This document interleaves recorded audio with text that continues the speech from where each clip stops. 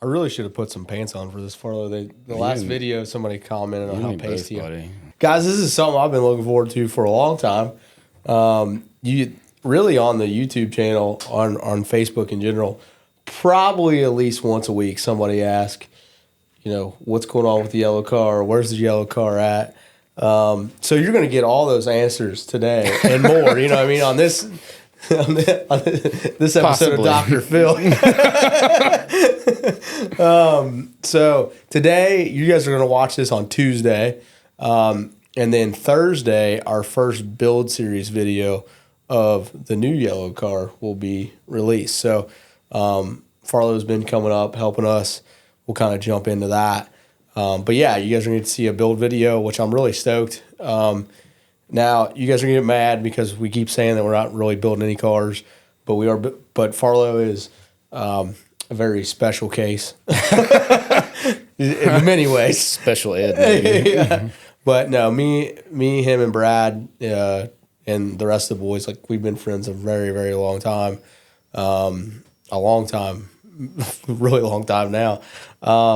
And the old yellow car, we didn't build the whole thing. We built a pretty big majority of it. Yeah. And then, it had the 10 Soldier Racecars banner on the chin. I'm pretty sure, like, the first time it ever went to the racetrack, it did, before it was either wrapped or anything, it was rock. That might have been one of the first stickers on the car. Yeah. Yeah. And so it's going to be nice to put that sticker on another one. Yeah. So that'd be fun. But yeah, this is David Farlow, man. He's raced a lot of stuff over the years. You've done a lot. But how did you get into lighting money on fire? Oh, man. I think I inherited it. Yeah, but I did too. Yeah. That means you're not going to inherit anything else, right? No, that's what my dad tells me. I mean, thankfully it didn't come from my parents, just the rest of my family. But like my dad was kind of into cars when he was young, but not really by any means. But the rest of my family, pretty hardcore into it. I mean, just like the original yellow car came from family. Then it was probably the first fast car I ever rode in when I was, 11, 12 years old. And it was a little 5-speed, I can't even remember, some sort of Pro Charger or something on it, a little TKO in it on a stock bottom M302 with maybe a mild steel 10-point in it, or sorry, 8-point, I don't know. But we thought it was the baddest thing on the planet because it would roll a tire over like 60 miles an hour, like that was late 90s. You didn't see that back then. So growing up on a farm, playing with stuff, and just watching other family members of hot rods just kind of got me into it. Didn't do the other family stuff like hunting and fishing, which my brother does a ton, but, kind of just got sucked into cars and made a career out of it, I guess. Yeah, I mean, you've done, like, that's actually how we got to know David was, I guess it was when Boosted LSX was a big, I mean, it's still a thing on Facebook, but you posted a picture of a turbo kit for your red car that you built, and it was really nice. And I don't know, I guess we just became friends from that. Yeah, that and Instagram and stuff, I guess. I don't know. Yeah. Sharing stuff, watching you guys trading, CRX roll cages for welders and stuff. And the first plasma table, I remember seeing that. That was good stuff. And then when you guys came down to SGMP, we were down there in, 15 or something like that, and we all kind of met. And yeah, so we, somebody who was real influential to us was Jack Vanover. Yeah. Jack Vanover passed away, but Brad and I were supposed to go to Lights Out with him to crew on his car with Martin Conley driving, and we didn't even know Martin. And, we just showed up to SGMP knowing really nobody. Yeah. We had no name. We had no anything. It was just... I mean, I thought you guys had a name. Well, to me, you definitely did. Like, holy crap, these guys are my age, and they're doing this kind of chassis work. Like, whoa, So, I appreciate that. Yeah. So, we ended up hanging out with you pretty much all weekend. And Mike Gunner. Mike Gunner. Yeah, Mike Gunner was there. Slushies. That was an interesting weekend. What a time to be alive. Yeah. If anybody knows Mike Gunner, they know the slushies. So there's that. Yeah, so he's still going at it. That was 2015. Mike Gunner still don't go into Mike Gunner's trailer. No. Bad move. Yeah. Whole floor is sticky. Mine was that weekend too in my trailer. God, that was bad. Man. So yeah, we met Farlow there, and then we started this relationship, and then I don't know, it was probably about a year later maybe that you were like. I almost feel like it was pretty quick after that. I think it might have been 2016, and the end of that year is when the car came up here. Yeah, he kind of called me and he was like, "This is over my head," which I don't think that it is. You're very, very talented. I mean, you just got to know your efficiency, what you're good at. Yeah. And chassis work's not my forte. So, yeah. But he came up. We spent, you guys spent a week with us. A little bit over a week. My wife was pregnant with Emmy. So they came up. You built a set of headers for us for a customer car. Yep. We basically traded labor on the yellow car, and you ended up staying a little longer just to help Brad because my wife had a baby. Yeah. So it worked out all right. We did a podcast then too. Yeah, we did. Before it was podcast. Yeah, we didn't have a Ricky then. Yeah, it was just had Facebook Live, buddy. Yeah, we did do about welding. Yeah. That was fun. That was back before we had real media people. Yeah. Man, you would have been really embarrassed for us, Rick. Yeah. I don't know. It was pretty genuine. Yeah. We got Brad and Will walking through the background, noises being made because stuff was still getting done. There was no quiet room, that's for sure. No, there was not. The best lighting was probably like Brad striking an arc in the background and welding something else. Just a little different. Yeah, back then we worked wild hours too. That was what, the second shop? Yeah, it was the second shop. Yeah, we would work. Gosh, man, like now we have a pretty set schedule. Everything's kind of figured out. But back then, dude, like Brad and I were in the shop till 8 or 9. I think everybody was back then. You know, you're just trying to make it. You know. Yeah, I mean, I still do. You know, I still work a regular day job at a Ford dealer and come home and work on trucks to pay for the money that's being burned all the time. Yeah, you weren't sure either if you were going to keep lighting it on fire, but then we drew you back in, Farlow. Yeah, I was pretty sure. I just need a break, man. And, you know, it's like, man, the saying is like, you know, your worst days is still somebody's biggest dream. You know what I mean? And like, man, sometimes that is the damn truth. Like, you know, you're having the worst days, but you're still racing, and some people are dreaming to be there. But at the same time, and I don't mean to sound like conceited saying this, it's like, man, to get to the level of racing that we've done, like, I don't think people understand, like, what it takes sometimes. Like, I mean, you're talking working 80, 90 hours. I mean, for us, like I said, I'm just a regular guy that works on trucks. I'm not anybody special. I don't own some big company. I don't have a huge budget, but, you know, we work for what we've had, and you work 80, 90 hours a week to go racing. You race all weekend.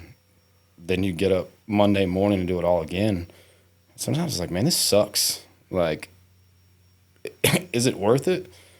And again, at the end of the day, it's like your worst day is still somebody's biggest dream kind of deal, if that makes any sense. You know what I mean? Like, I mean, that's something that we think about a lot. I mean, I personally think about it a lot is, you know, I don't think there's definitely levels to racing. For sure.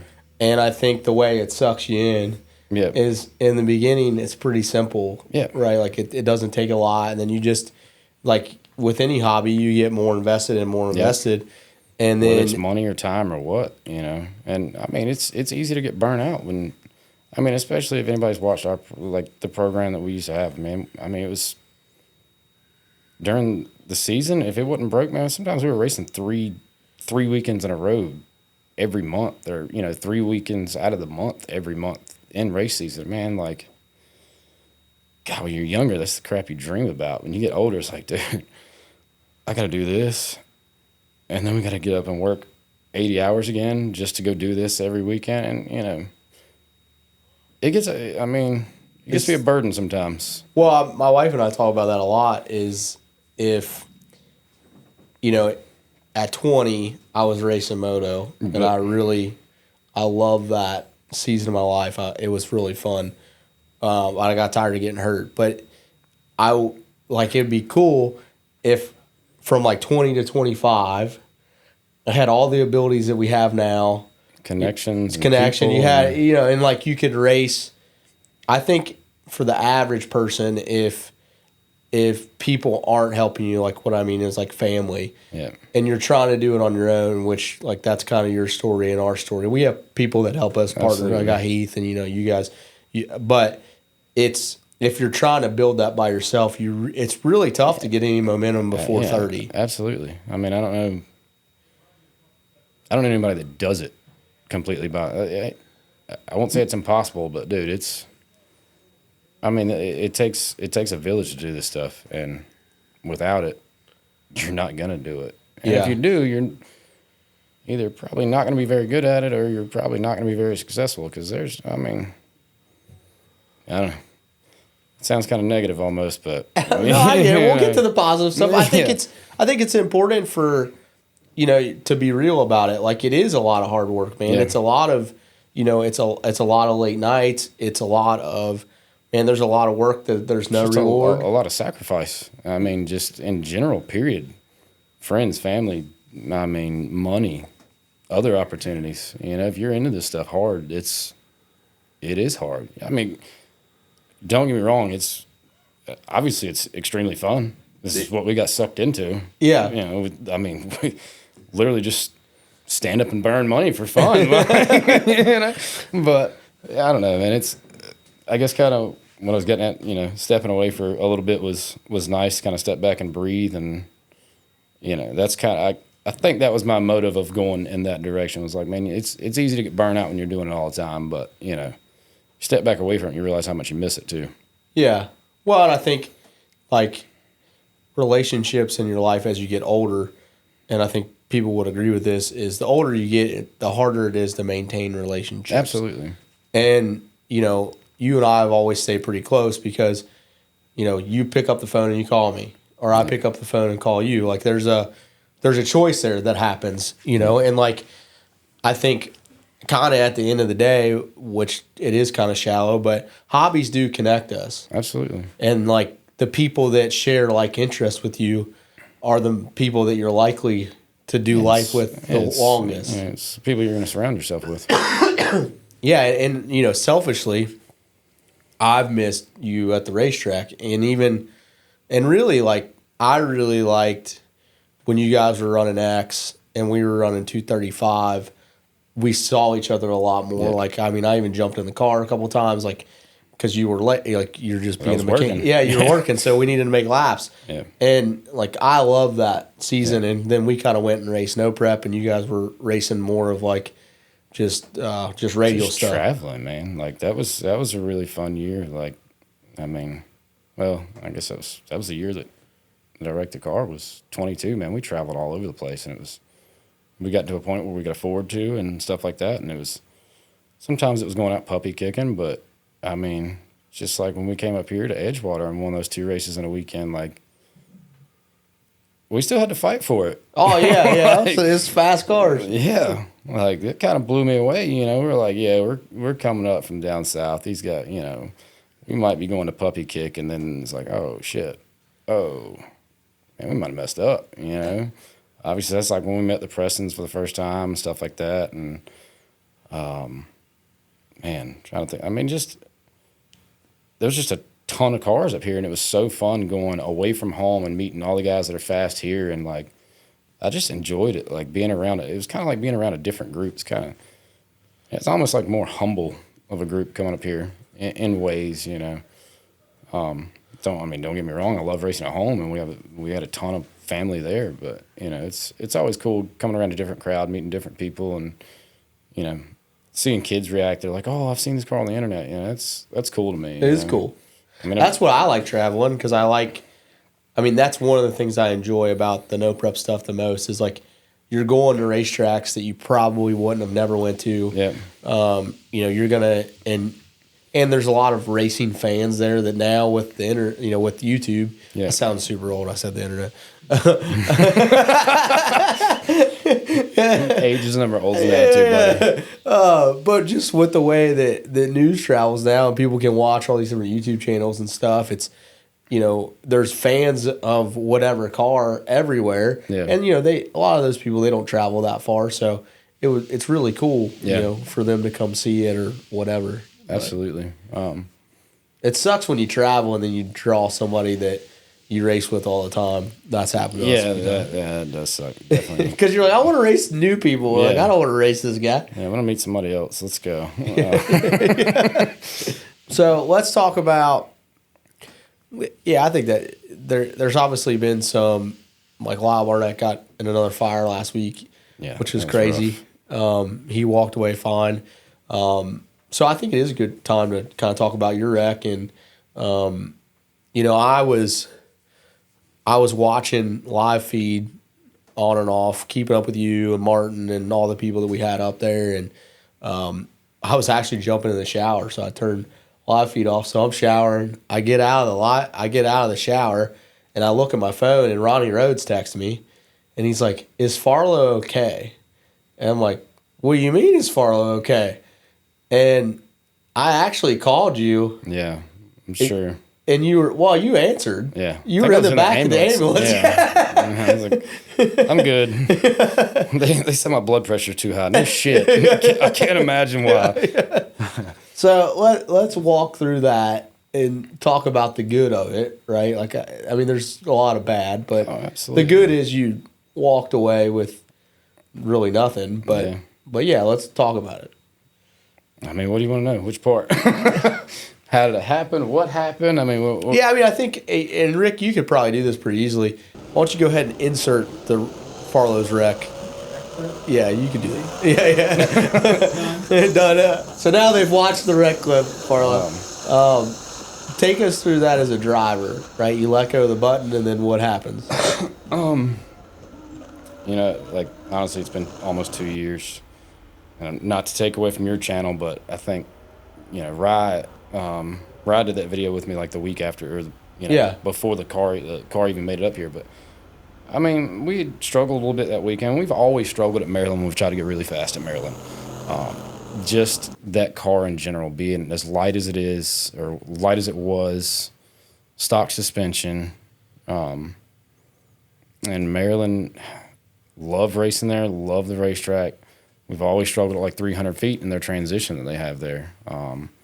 I guess it's concrete to asphalt transition, but many, many times before that pass, like I'd been through there, and it would, like, is Charlie Carbon in the rear? It's just all 10. It's Have you a budget bill. Have you driven anything that's all carbon in the rear? Yeah, your car. If it rattles and you can hear it. Like yeah, your car and the bad penny. Because you can't, to your point, a car that's carbon in the back, you can hear and you can feel. hear the carbon like bobble. Yeah. So, I know what you're saying. Yeah. And like a lot of times I'd hear that noise, and the car would go. It would make that noise, and it would drive straight through it and be fine. Yeah, traction control, grab it, or whatever. Yeah, that, or other times it would start to make the noise, and I'm like, oh shit, it's about to get bad, and like, okay, yeah, we're done here, And that time we had gone so that was on Friday. That was on Friday's second qualifier, I think.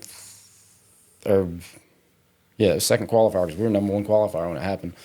Thursday in testing, we'd gone a PB. Went like a 425, like 179. What did go out the back? Dumped it. Like we knew we could run it out the back. The car. Yeah, you didn't need 220. Like we're trying to work on the front. That's insane, really.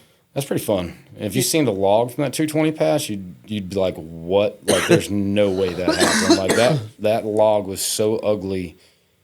I don't know. And we had some issues after that pass, and the car went like 218, 219, something like that after that. But we had some issues, and it started slowing down and whatever. But I mean, that year, if we'd have run it out the back, and especially on that 25 pass, I think it probably would have gone like 223, 224, something like that. But anyways, we'd gone a PB. So he came up first round, and it was unseasonably hot for World Cup.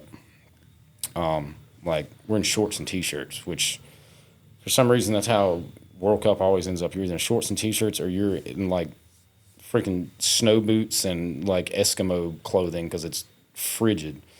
But we came up first qualifier. I don't remember if we were trying to swing for that 425 pass or not. I think we were just trying to make it down. Yes, man, this is weird. Like, I'm trying to think about all this crap. Because we went number one qualifier, and I pedaled it one time. We went like a 675 or something like that.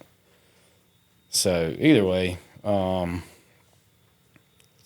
we tried to duplicate to go fast. We thought we had it. And again, it went across that transition, and it made a little move, a wiggle, and I heard everything in the back, and I was like, okay, it's not crazy. Like, the wiggle felt a little funky, but I was like, all right, I felt this car do this before. We're going fast. Like, I know it's gonna do a little dancing around, and all of a sudden, next thing I know, I'm like, oh shit. Like, it turned. And I was like, oh man, this is where I'm gonna tear the front end off this car. And about that time is when I saw Billy coming, and I was like, oh my God, this is bad. And it's amazing how fast your brain works. Like, yeah, especially that quickly. And I'd say I know I took out the 8th mile cone before I hit him, so we were probably running, obviously turning it sideways, it probably knocked 10, 15 miles an hour off of it, but it should have been on its way to almost 180 mile an eighth. So, probably hit him 160 plus miles an hour. And like, I remember hitting him, and like, when I saw the windshield fly out, I don't know, I went balled up or something. Like, I knew there was nothing I could do at that point. And I don't know if I got knocked out or, just adrenaline overload, like I don't remember the rest of it per se, but like, it's not really foggy. Like, I remember like my memory starts again. Like, I'm looking at the barrier, and I'm like, shit, that thing's not supposed to be sitting that way. Oh damn, I'm over on my side. And Jason Tucker, a friend of mine that's an EMT at MR, was like, hey bud, like, you all right? I'm like, like, kind of moaned, like, shit, this isn't good. And he kind of talked to me for a second. I started trying to get out of my belts, and he was like, look, man, he was like, hold on, I got you. Like, just get ready. I'm going to unhook your belt. And he's like, you ready? I was like, yeah. What are you talking about? I'm ready. And he's like, no, are you ready? I'm like, yeah, I'm ready. And he's like, are you ready? Like, yes, what are we? He unclicks my belt and just, boom! Oh, he was like, he wasn't ready. And, crawl out the front of the car, and they just like grabbed me and like just took me straight to the ambulance. And like, their safety crew up there is unreal. It's crazy. Like, I'm like, look, I'm okay. Just let me kind of walk it off for a second. And they just like straight to the ambulance. And like, I felt so bad for family, friends, everybody there. Like, nobody knew if I was like, obviously I was walking, couldn't be too bad, but like, all I could do is just like, I'm still in my suit. I'm wearing a ventilator helmet. You can't hear me say like, I'm okay. Yeah. And, all I could do is just wave to people. And I don't know how the hell my phone stayed in my pocket, but it did. And, like, I got in the ambulance, and, everybody's texting me, and like a million text messages. And I remember putting on Facebook, like, I'm good. I'm in the ambulance. I'm good. Chill. And telling the EMTs, like, they're in there taking my blood pressure. And they're like, dude, your blood pressure's so high. I'm like, I cannot imagine why my blood pressure would be high right now. I cannot imagine why. And I don't know, Sheila, that's EMT director there, she kept tabs on me pretty good. And I'm like, look, man, just let me get out. Let me go, like, tell everybody, like, tell my family, my crew, and everybody that's here, like, that I'm good. I was like, and I'll come back and you can recheck me. Like, I'm not going to drop dead, I promise. Like, and so I, like, she was like, okay, but come back in like 5 minutes. So, dude, I came out of the ambulance like running, like no shoes on. I had like, they'd already they'd made me take my suit off, so I'm just wearing a pair of shorts, and I just like jetted over to everybody, like biggest hugs I could give them, and was like, I'm good. Y'all can breathe now, all right? And like, then I turn around and see the car, and it's like, oh shit, that's bad. Like, that's real bad, And I came back to the ambulance. They rechecked me, and they were like, you need anything? I'm like, dude, I just need a beer right now. Like, just get me a beer. Let me just chill out for a minute and kind of assess the situation. From somewhere, a cold Bud Light comes like just rolling in. And I'm like, damn, that's the best y'all can come up with. I'll take it. Yeah. I was like, I don't care. Just give it to me. And like, just remember slamming that thing. And was like, look, I'll come back and y'all can recheck my blood pressure in a few minutes, whatever. And like walk back to the trailer. And of course, you know, when you got a car that's torn all to pieces, everybody's around it. But everybody's like, dude, cover that thing up. I'm like, no, you know what? Like, I just walked away from here. Leave that shit uncovered. Let people see, like, this is what it takes. Be safe. Like, wear your stuff. Like, have a chassis. And yeah, for me, that was one thing I wanted people to see. Like, you know. Yeah. One, I think too that couple thoughts. Was it pretty humbling to just realize how many people love you?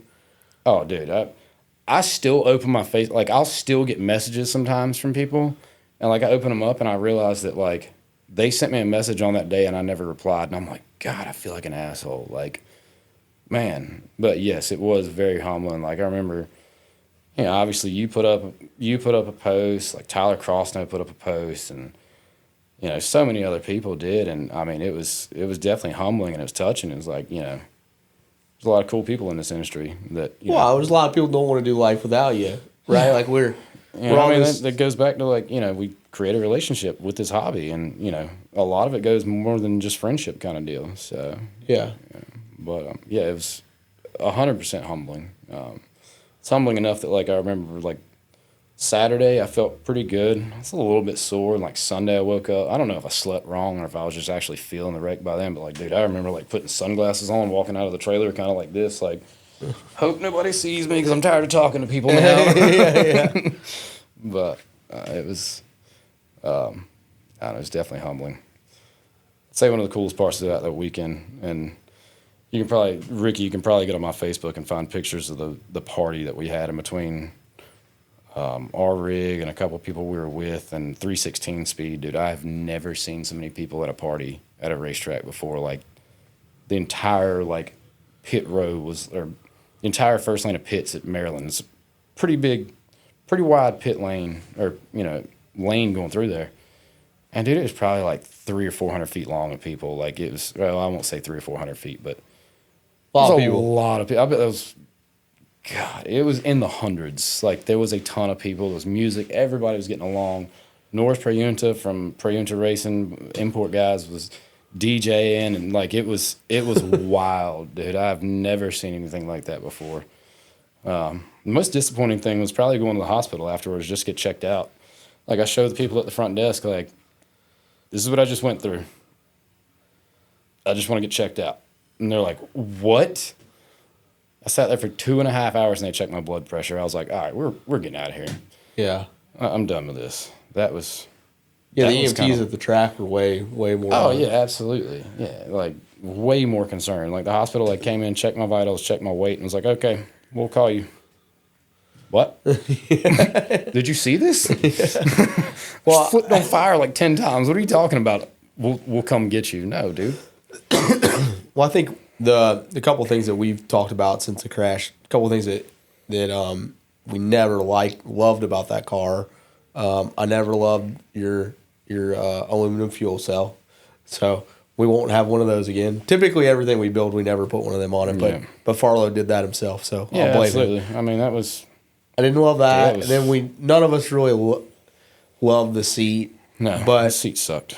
The thing that most people miss, and the people even commented up there, was how tight you were belted in. Oh my God, dude!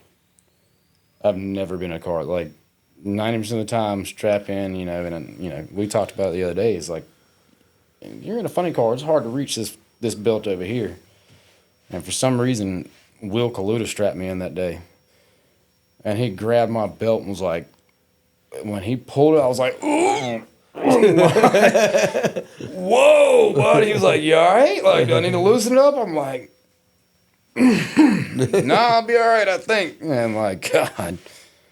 I mean, God works in mysterious ways, because who knows if I hadn't been that tight, where it would have ended. But yeah, and that's what, we have talked about that. That's what Jason Tucker, the EMT, said. He's like, dude, I've never seen anybody so tight in a car in my life. Like, I don't want to come out of this thing. I can promise you that. So, well, that's the thing. Like, when you're building a car for somebody, Farlow in particular, like you're very capable. You mounted all your own stuff, but if you're building one, the thing that most people miss if you're at your house or having somebody do it for you, whatever, is you need to be able to reach everything in that car fully strapped. Yep. Like there should be no compromise there. So like, I'll see people that do the burnout with their belts loose because they can't get in whatever gear. Like, and then they'll try to remember to tighten themselves down. Like, man, that's a horrible practice to get into. Make sure you can get to everything. Needs to be able to go to a park. Needs to be able to go every gear. Touch everything. The only thing I couldn't reach was my CO2. I mean, CO2, and I couldn't tighten down my last belt, but just get on the radio like, hey, I'm about to go in the burnout box. Somebody come cinch me down, Yeah, and that's another thing that in the no prep world, a lot of times we get made fun of that we have radios. Dude, but radios are awesome. Radios are one of the best investments we've ever made, like that I've ever been a part of in the past. Like being able to communicate with a team on the starting line. I don't even care if it's just joking around. Like just being able to like not being there by yourself and kind of like just sometimes you get a little worked up in there, man. You need somebody to give you a little pat on the butt, but they can't touch your butt. So it's like, hey, love you, bud. Let's get it. Yeah, exactly. And Jordan Tuck was always good about that. Like, hey, Bo, let's get it. And Kaluta was always good. If he was starting on the standing line, hey, bud, we love you. See the other end kind of deal. Like stuff like that. Sometimes it calms you down because the nerves will be up there, but it's also one of the best tools in racing, I mean, just for safety in general, man. Like if you're in a real race car, and like Farlow said, if you're in a funny car, like I have kind of a pour-in containment seat thing, like which I love that seat, but it is I can't really buckle myself. Yeah. So you gotta have somebody to come through and like I can do these belts, but like my side belts I need somebody to do. And man, if you miss something, whatever, like just being on the radio, like, hey, my belts aren't tight, or hey, you forgot to do my my neck restraint, or whatever, just man, the radios are so awesome for that. They really are. I mean, just being able to talk to the other, even talking to the other end, like, hey, good lick, or you're at the other end and you've got a problem. They don't know you had a problem. It's like, hey, get down here now. Let's go. We got we got to turn this thing around. Let's go. Quit bullshit and don't stand on the starting line talking. Let's go. Like, we got to go. Yeah. But that honestly, in the past we had a couple of issues when we were racing, and just communication between like two members on the starting line, and we were at Shady Side for a race one time or something, and just had a big miscommunication that turned into like almost a yelling match for some reason. I don't know. I'm in the car. I didn't know anything about it until I got to the other end, and I was like, all right, that's it. Like, we're getting radios. Like, we've all got to be able to communicate, and dude, it's like sending your kids out of the house or sending adults into the world without a cell phone nowadays. I know it sounds crazy, but man, just having that ease of communication can make all the difference in the world. Yeah. Well, and there's a couple times like, I'll be putting the thing in the beams, and Brad will come on the radio like, hey, I missed lining you up, like you're a little bit to the right, like just know that. Yeah. And like just dumb stuff like that can save you. And then like, if, and especially in no prep, like if you're on a difficult racetrack, if somebody knocks a tire off, he gets on the radio, he said, hey, quit. Yeah. Like that's our thing, you know what I mean? Like it helps. I could never hear anything like, I don't know how the hell you hear it. Well, you've also got earbuds too. I got earbuds, yeah. I just had speakers in my helmet. The earbuds really work. Like, yeah, I figured that. Like, I like them because I like the big block's loud. Yeah, that's what I was about to say. I don't know how you would hear that. But yeah, I'd never be able to hear anything. Like I could hear, especially pull the chutes and you're slowing down. I could hear them screaming and stuff like that, or hey, this didn't do, or whatever.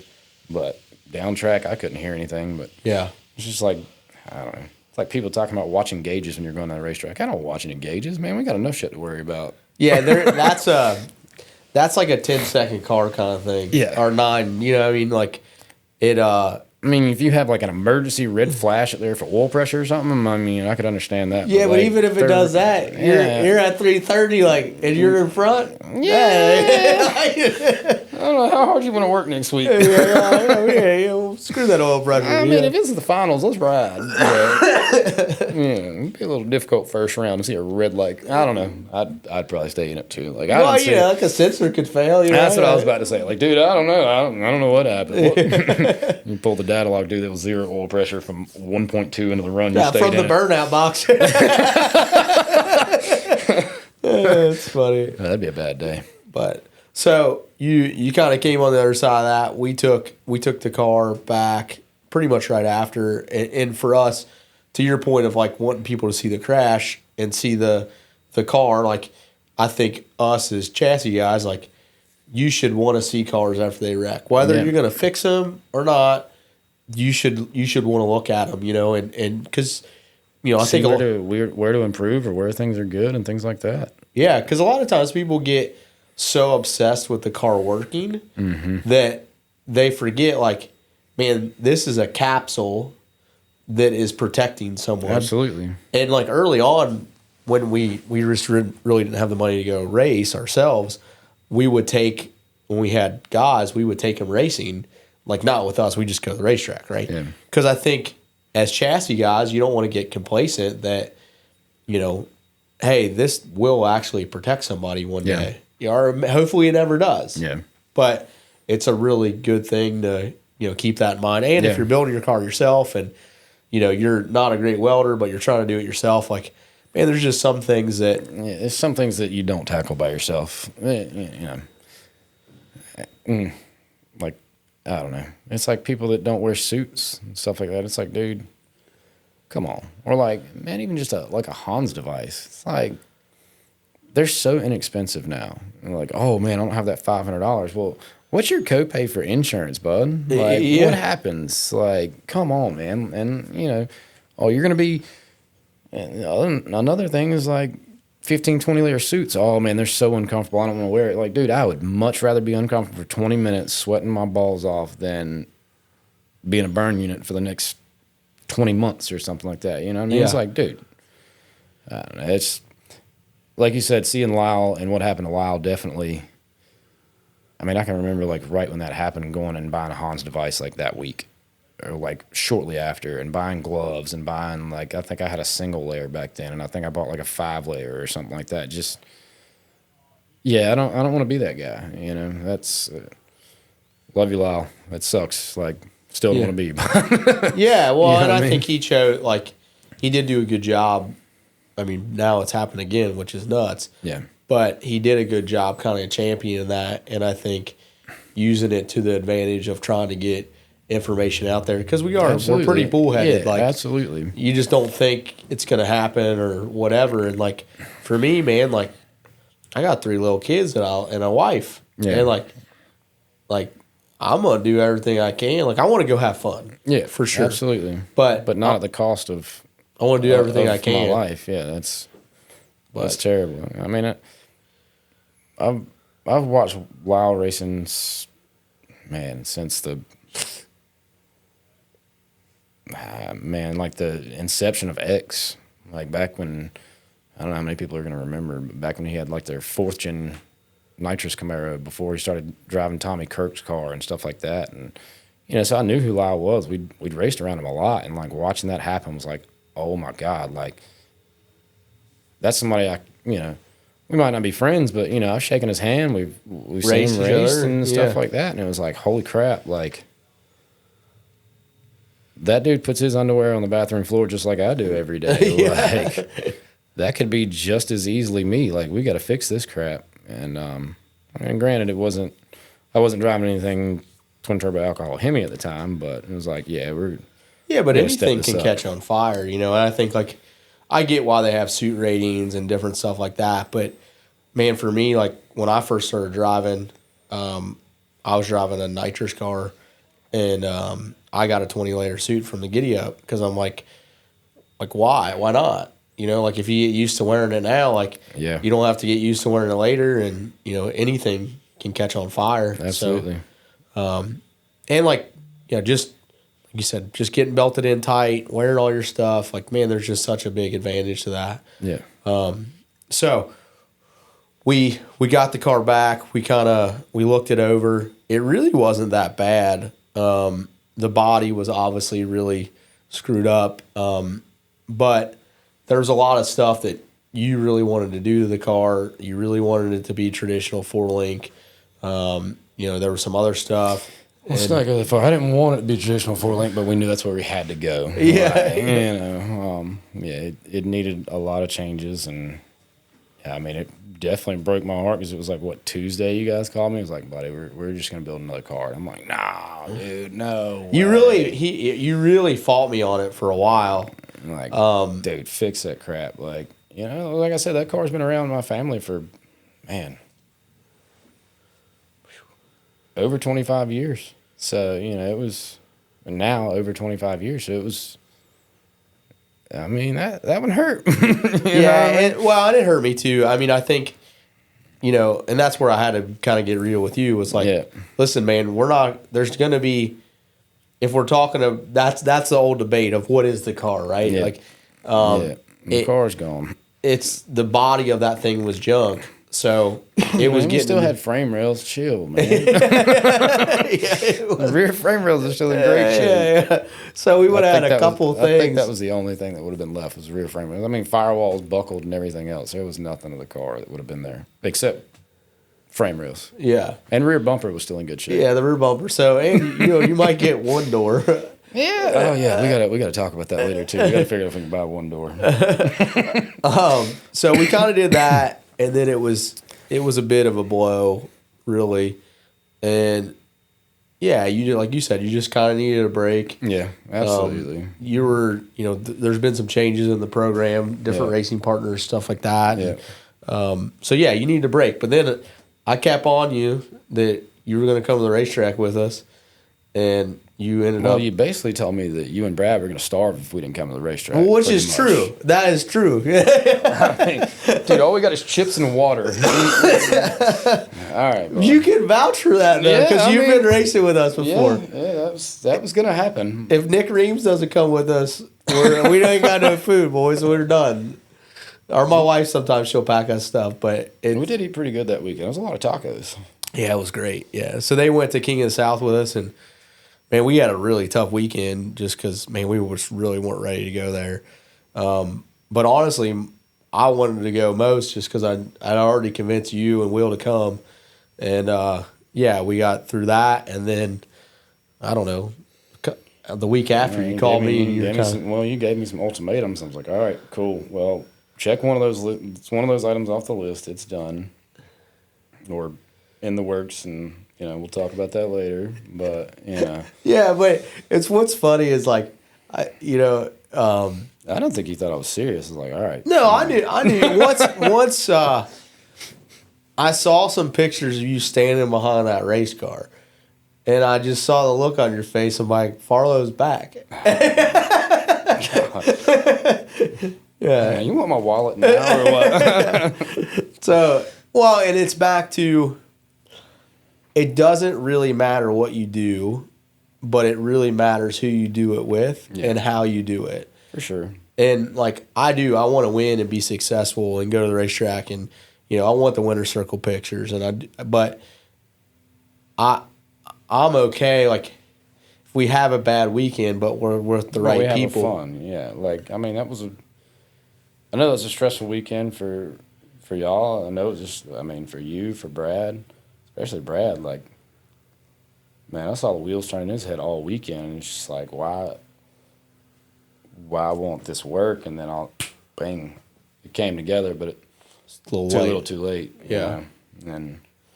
But then again, I watched you guys freaking not make it back to the trailer that night till like 3 o'clock. I'm like, all right, boys, I love you, but I'm going to bed. Like, of all people, if you've ever been racing with me, that's unusual.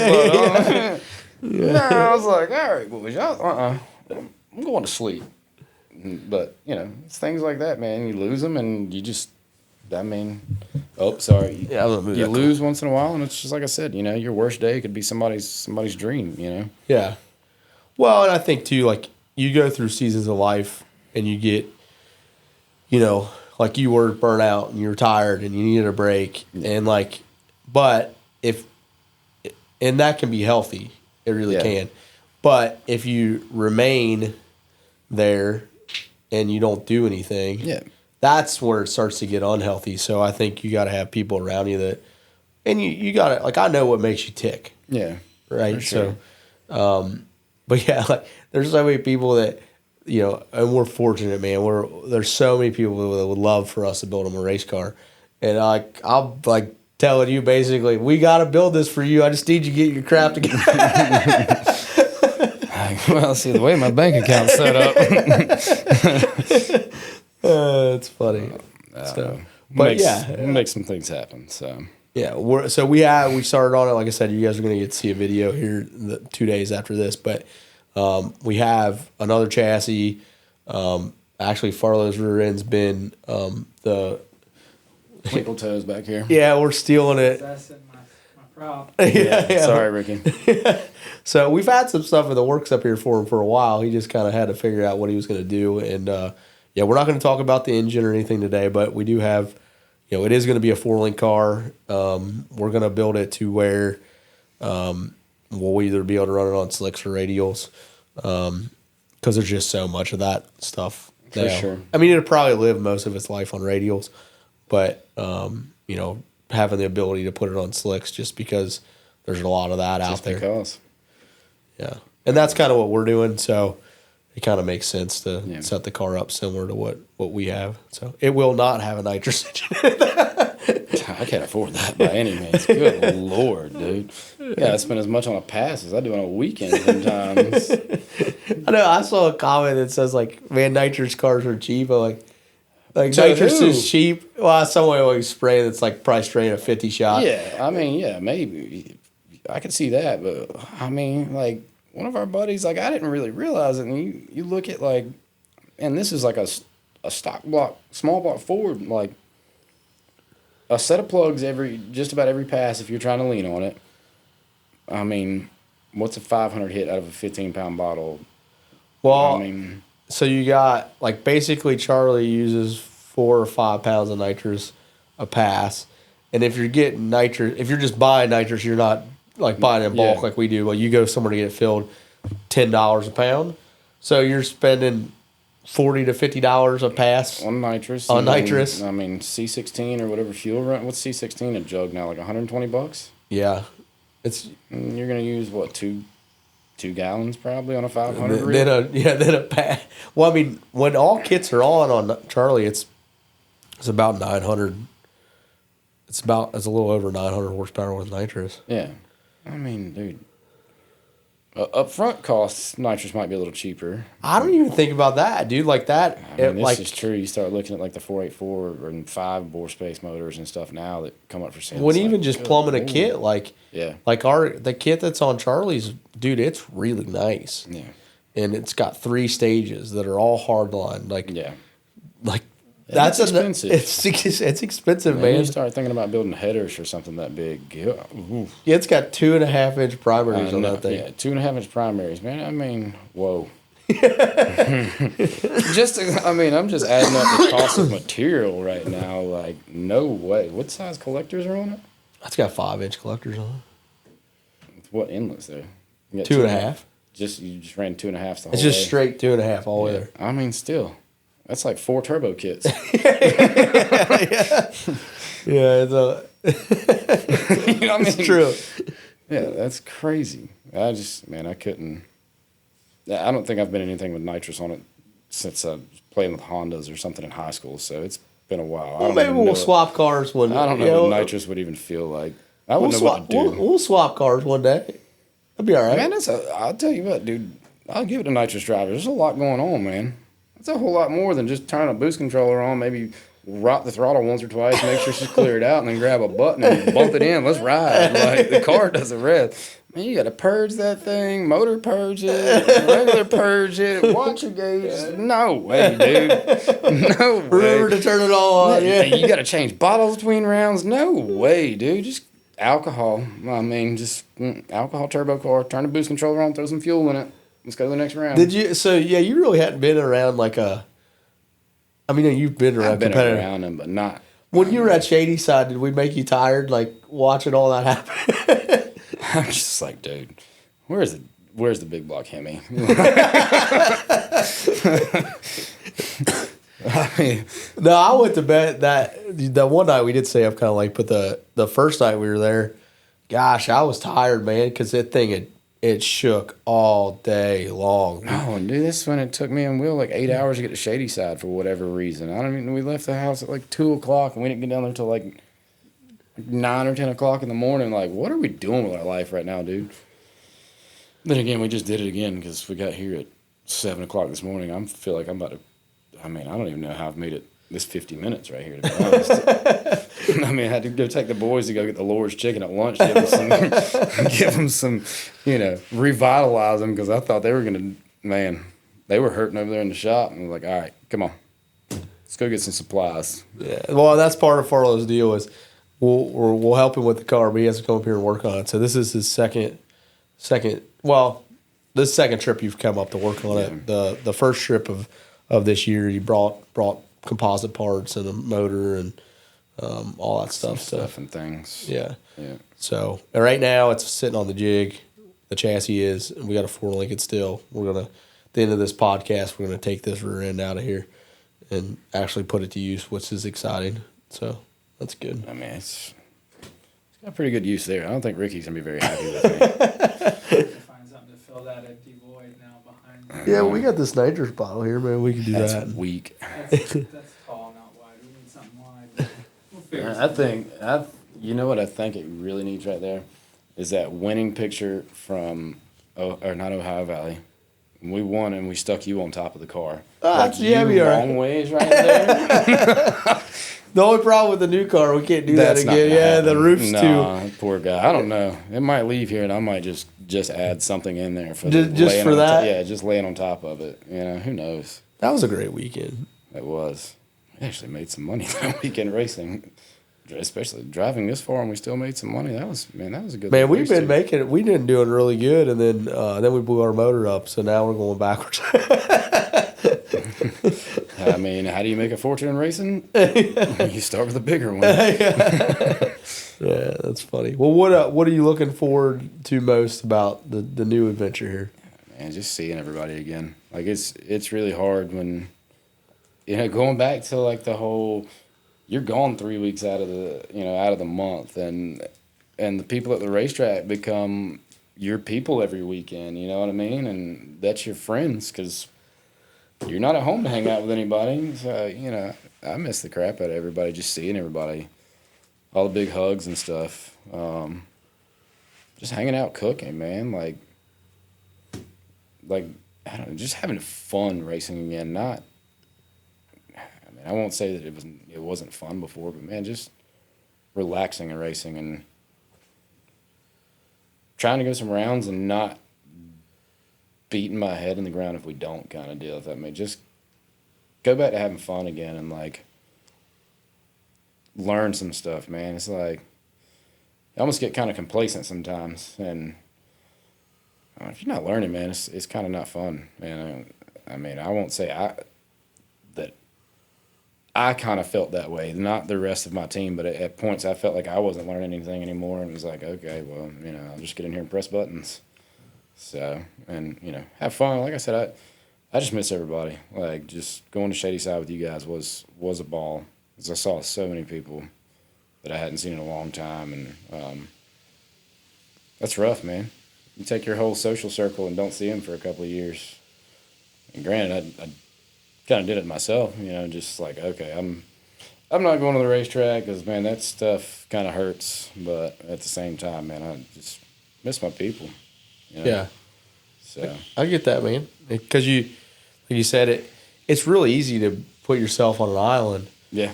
By yourself, For sure. And it's not a fun place to be. No. I mean, luckily found some other hobbies just to keep me, afloat. Are you a better golfer now, or?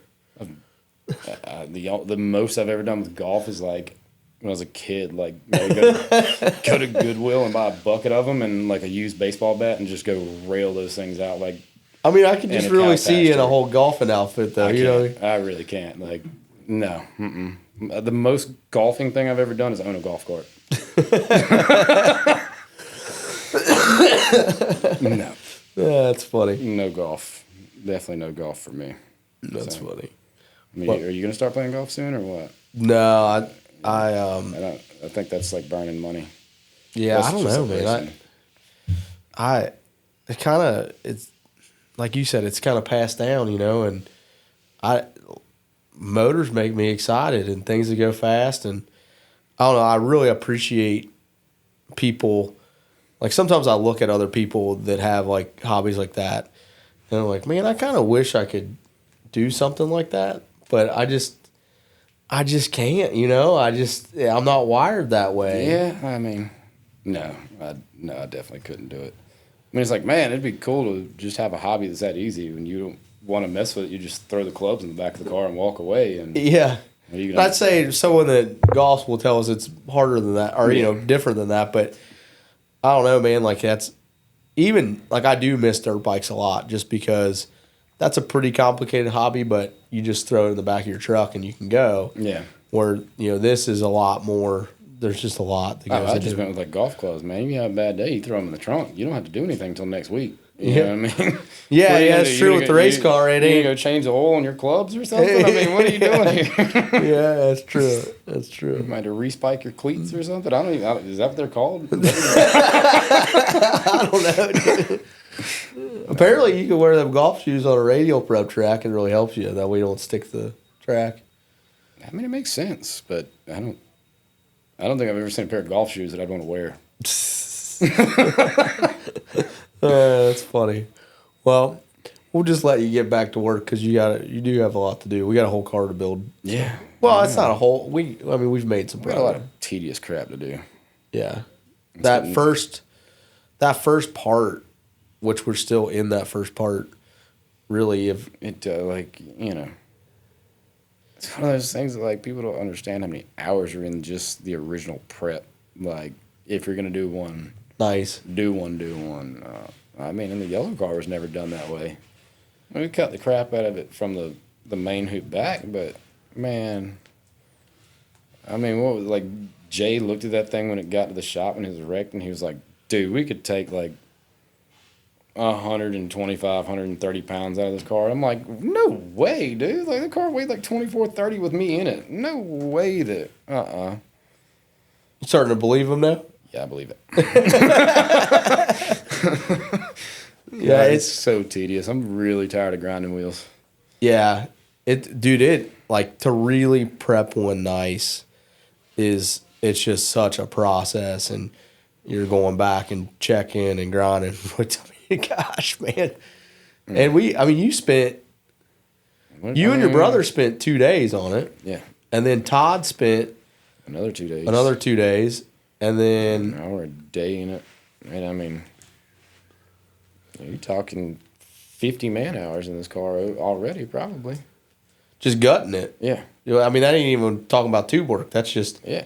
Just prepping the chassis. Like, I mean, God. When my brother and I cut it up, I was like, golly, dude, we made some freaking progress, man. This thing was a whole car, 8 o'clock this morning. Look at this. We're going to the shop with this thing at 12, and she stripped. Oh.